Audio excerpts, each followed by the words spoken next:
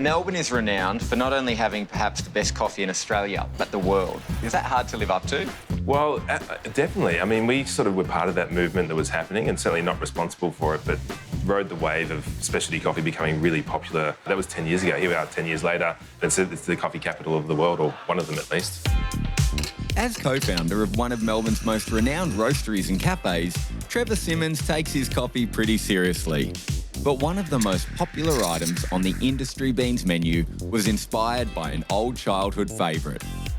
Bubble tea's been around, I think, since the 80s. I was first introduced to it when we were young and we were growing up over in Asia. We saw sort of bubble tea coming out. So when I came back to Melbourne, I drank a lot of bubble tea. I was getting like apple iced coffees, I was getting the milk blends, and I was like, this is great. And then I forgot about that. You know, sort of 5 years later, we were sort of sitting around and we were going, you know what we need to do is create another beverage. You know, we really want to get coffee into more drinks. And I think I said, you know what I really love is bubble tea. Let's create like an iced coffee bubble tea. And one of our baristas was like, no, let's just do a specialty coffee bubble cup. And I was like, OK, let's give that a go. And it took us a few goes. The first one was absolutely disgusting. And then we just sort of reiterated like the recipe and workshopped it. And here we are. Can I please have an original bubble coffee? Yeah, sure.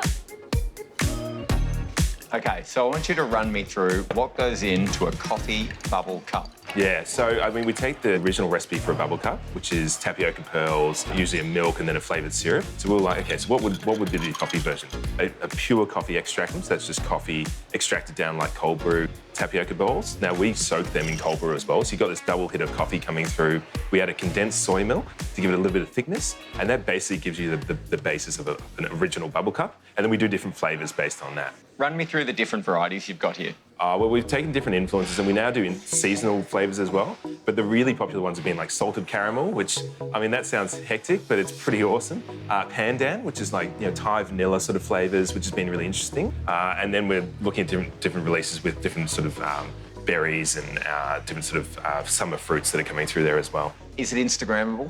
Very Instagrammable. People literally walk in, come in, take a photo. I hope they drink it, but they definitely take a photo of it, yeah. Here's the original bubble coffee. That looks so good. Thank you. Here we go. Melburnians, they are known to be coffee snobs. Do you think your take on the bubble tea loosens things up a little bit and doesn't take things too seriously?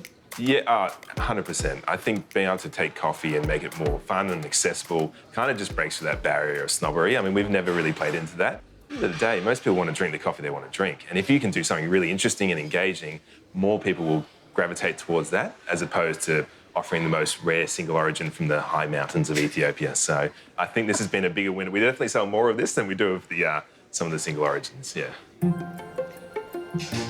Oh, wow. That is such a great texture and consistency. And I just got one of the tapioca pearls and they kind of explode in your mouth. A really good, strong coffee flavour. I'm into it. I love it.